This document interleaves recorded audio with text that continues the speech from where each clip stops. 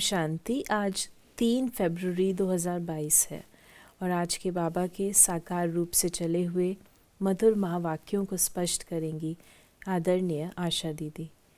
ओम शांति दीदी। ओम बाबा ने कहा, मीठे बच्चे, सदा इसी रुहाब में रहो कि बाप हमको वापस ले जाने के लिए आए हैं। अब सबको वापस चलना है।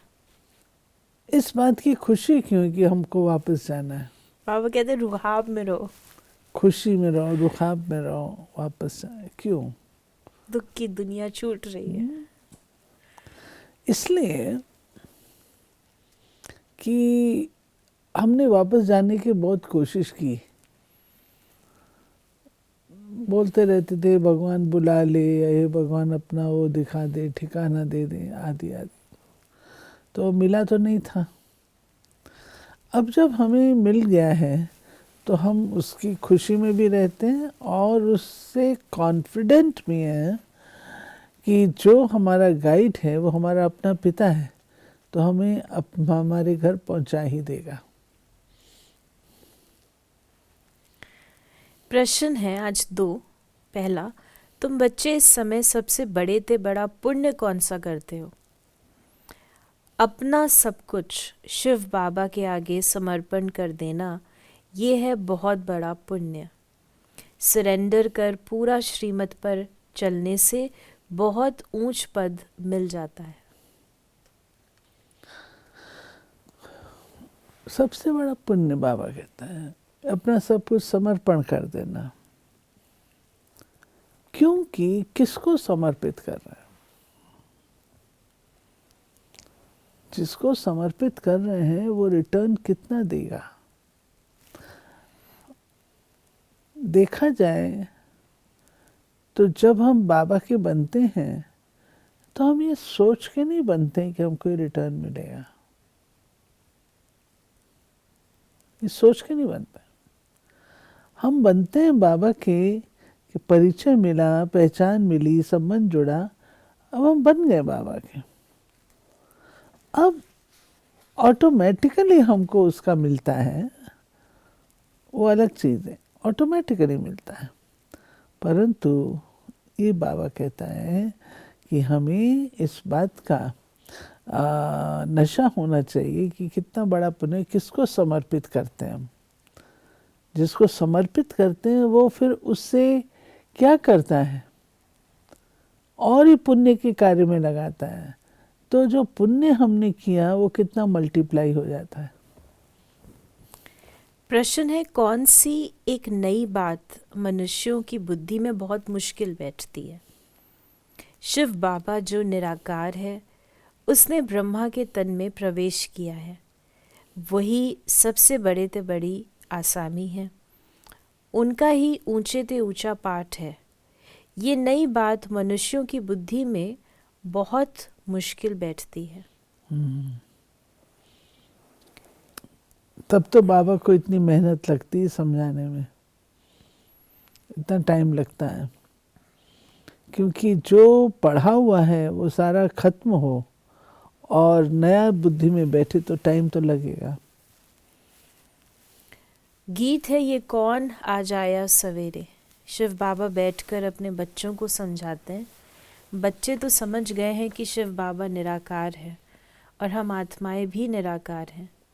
उनको ही बैठ समझाते हैं। ये युक्ति सिर्फ एक ही बाप के पास है। बाप बैठ समझाते हैं भगवान किसके साथ बात करते हैं? अपने बच्चे आत्माओं के साथ। बच्चे भी जानते हैं और बाप भी जानते हैं। आत्मा शरीर बिगर तो कुछ सुन न सके, शरीर द्वारा ही सुनती है। एक ही ये संगम सत्संग है जिसमें परमपिता परमात्मा बैठ समझाते हैं। बाकी जो भी सभी आत्माएं हैं उन सबको साथ ले जाना है, क्योंकि ड्रामा का चक्र अब पूरा होता है। बाबा ने कहा, विनाश नज़दीक आएगा तो सबकी आँख खुलेगी। अभी तो सिर्फ तुम ही निश्चय करते हो कि परमपिता परमात्मा की इस तन में प्रवेशता होती है।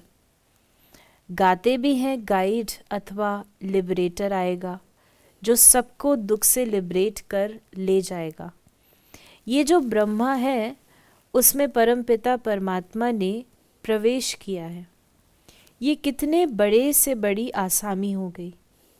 तुम बच्चों को इतने रुहाब में रहना है कि बाप हमको लेने आया है, कहते हैं मुझे याद करो। बाबा कहते हैं कि अब तुम बच्चों को ये बात खातरी में है कि अभी हम बच्चों को शिव बाबा स्वयं लेने के, हमारा पिता हमको स्वयं लेने के लिए आए। इसलिए बाबा कहते हैं कि अब एक ही काम करो और कोई काम नहीं। बहुत काम आपने किए, सिर्फ एक काम करो कि मुझे याद करो। याद करेंगे तो मैं तुमको वापस ले चलूँगा। बाबा ने कहा उस रिगार्ड से बहुत मुश्किल कोई देखते हैं। भगवान की कितनी महिमा है, वही सर्वशक्तिवान है, दूसरे कोई की इतनी महिमा है नहीं। इतना रिगार्ड तुम बच्चों को रखना है। संगठन में तुम जब बैठते हो तो याद अच्छी रहती है, फिर इधर उधर जाते हो तो वो याद रहना मुश्किल है। घड़ी घड़ी अपने को देही अभिमानी समझो, तब बाप को याद कर सकेंगे।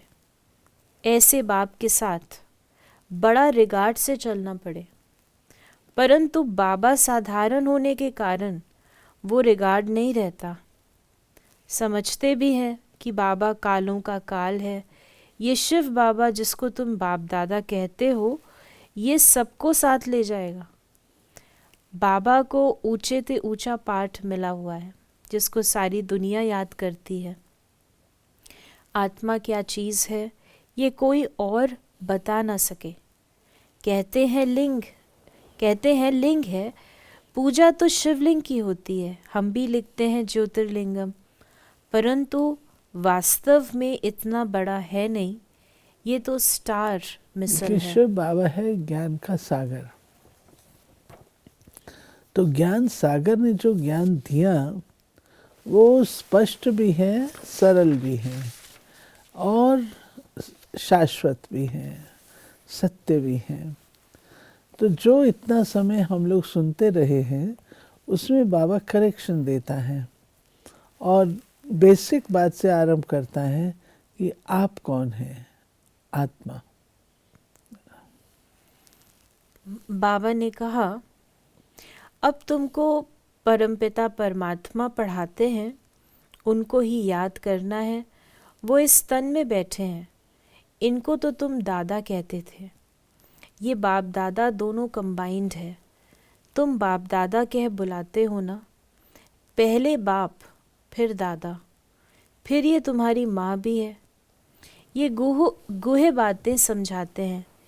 ये है ब्रह्मपुत्रा नदी, ये सागर नहीं है, बड़े ते बड़ी नदी इनको कहेंगे। फिर है सरस्वती, तुम हो ज्ञान सागर से निकली हुई ज्ञान गंगाएं। उन्होंने फिर वो चित्र बना दिए हैं। ब्रह्मपुत्रा कहाँ से निकली ये उन्हों को क्या पता। फिर सिंध सरस्वती का भी नाम है। कुछ न कुछ थोड़ा बहुत शास्त्रों में है। फिर बाबा ने कहा कि सब कुछ शिव बाबा को सरेंडर करते हो। ऐसे बहुत होते हैं जो एक एक चीज़ सरेंडर कराते हैं। लोभ को सरेंडर करो, फलानी चीज़ छोड़ो। यहाँ तुम जब बाबा के बने तो सब कुछ बाप को सरेंडर करते हो। बाबा फिर एवज़ा देते हैं। जो जितना श्रीमत पर चलते हैं, सरेंडर करते हैं, उतना उनको दर्जा मिलता है। मुख्य है शिव बाबा को याद करना। ये देखिए बाबा ने एक लॉ सुनाया। आप देखिए पिछले 15-20 सेंटेंसेस में ये बात आई है कि जब तुम समर्पण करते हो तो समर्पण करने के पश्चात क्या होता है, बाबा वो सुना रहे हैं। तो एक एक चीज़ समर्पण कराते हैं। ये बाबा भक्ति की बात बता रहे हैं। जब भक्ति मार्ग में भी जाते हैं, यात्राओं पर जाते हैं, तो वहाँ पर कोई ना कोई चीज़ का त्याग करके आते हैं, छोड़ करके आते हैं। जो चीज़ उनकी अति प्रिय होती है उसका भी त्याग करने को कहा जाता है। लेकिन बाबा यहाँ पर जब समर्पण हमसे कराते हैं तो यूँ समर्पण नहीं कराते हैं कि आज तुम ये करो, कल ये करो, परसों ये करो, नहीं।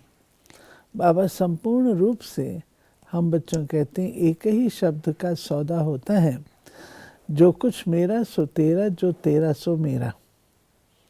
ये शब्द ज़्यादा लंबा चौड़ा सौदा नहीं है। जब हम बाबा को अपना कह लेते हैं, मेरा कह लेते हैं, तो मेरा जो कुछ है वो बाबा का, और बाबा का जो कुछ है वो मेरा है। बाबा ने कहा कि इस समय बाप खुद कहते हैं मैं तो सबको लेने आया हूँ। विवेक भी कहता है कि विनाश तो ज़रूर होना है। अब तो बहुत मनुष्य हो गए हैं, विनाश की खूब तैयारियां हो रही हैं, ये भी तुम जानते हो। बाकी और भल कहते हैं विनाश होगा, परंतु उसके बाद क्या होगा ये नहीं जानते। तुम्हारे में भी नंबरवार जानते हैं कि बाबा आया है, राजधानी स्थापन हो रही है। फिर बाबा ने कहा कि अब बेहद के बाप से वर्षा लो, तीर उन्हों को लगेगा जिन्होंने कल्प पहले लिया होगा। तुम बच्चे घड़ी घड़ी याद करो, तो अब हमको शांति धाम घर जाना है। गवर्नमेंट के सर्वेंट 8 घंटे सर्विस करते हैं, तुमको भी 8 घंटे तक ये याद की यात्रा बढ़ानी है। अंत में तुम 8 घंटा इस सर्विस में रहेंगे, तभी पूरा वर्षा लेंगे। सब तो नहीं कर सकेंगे, भल कोई ज़ोर से पुरुषार्थ करते हों, परंतु फिर थक जाते हैं। मंजिल बड़ी भारी है।